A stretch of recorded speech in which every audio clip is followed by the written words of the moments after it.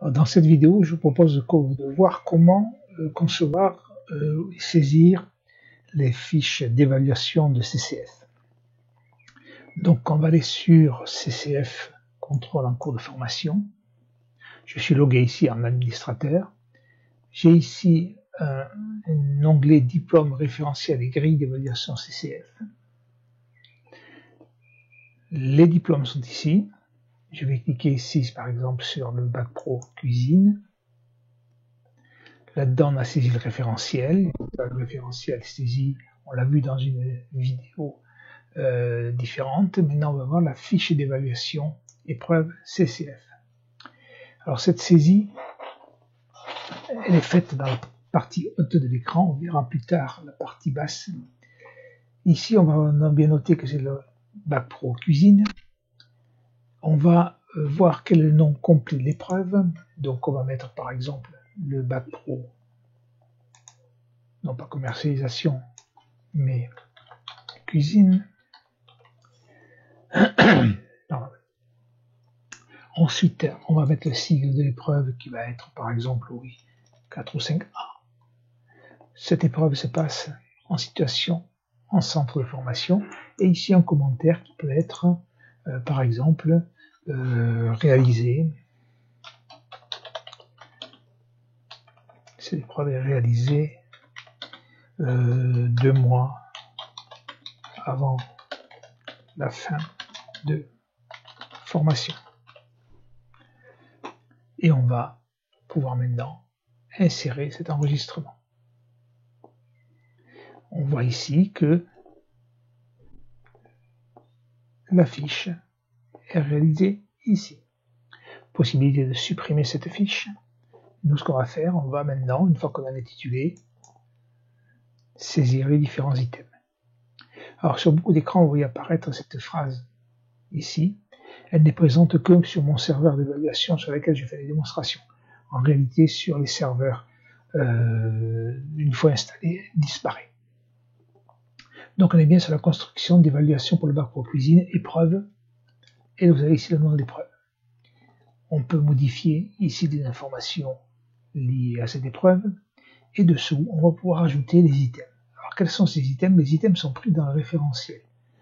Vous avez ici, donc on va savoir ce que c'est une phase écrite, orale, pratique. On va par exemple prendre une phase orale, et dans ce listing, on va avoir la totalité du référentiel, et on va choisir quel item du référentiel va être évalué dans cette phase orale. Donc ici, par exemple, je vais prendre en phase orale, contrôler, réceptionner, conditionner les produits livrés sur un plan qualitatif et quantitatif. Une fois qu'on a donc phase orale et la compétence sélectionnée, je vais insérer l'item. Cet item, c'est inséré ici. Je vais prendre toujours en phase orale un autre item. On a choisi pour le moment de garder le pôle 4, donc je prends ici mouvement des stocks, réaliser un inventaire, et j'insère l'item. Là on est en phase orale. On va passer maintenant à une grille en phase pratique. Je vais, par exemple, réaliser des préparations préliminaires. J'ajoute l'item. Et je vais en choisir un autre, toujours en phase pratique.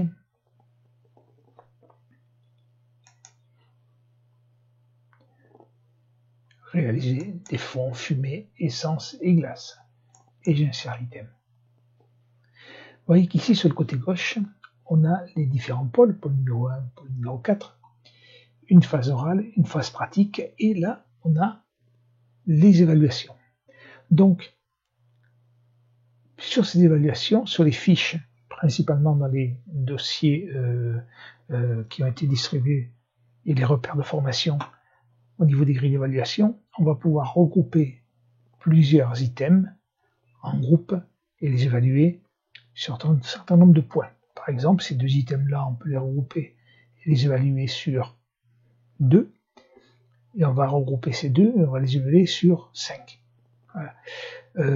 Donc pour cela, on va aller directement dans le premier item et on va dire que cet item fait partie du groupe 1, du premier groupe d'évaluation, et qui est noté sur 2.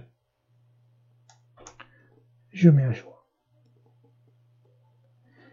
Donc le deuxième, qui lui ne fait partie pour le moment d'aucun item, d'aucun groupe, on va toujours pareil le mettre dans le groupe 1, qui est évalué sur 2 points. Voilà. On a donc ce pôle 4, 2 items qui font partie du groupe 1, évalués sur 2. On va prendre le deuxième. Cet item fait partie du groupe d'évaluation numéro 2, et on va dire qu'il vaut 10 points. Ce groupe est noté sur 10 points. Et il est là. Et là, on va estimer qu'il fait partie toujours aussi du groupe 2. Et ce groupe 2, comme on l'a vu tout à l'heure, il est noté sur 10 points. Je mets à jour. Voilà. Que va-t-il se passer lorsque l'on va évaluer? Il faut au moins par groupe une évaluation.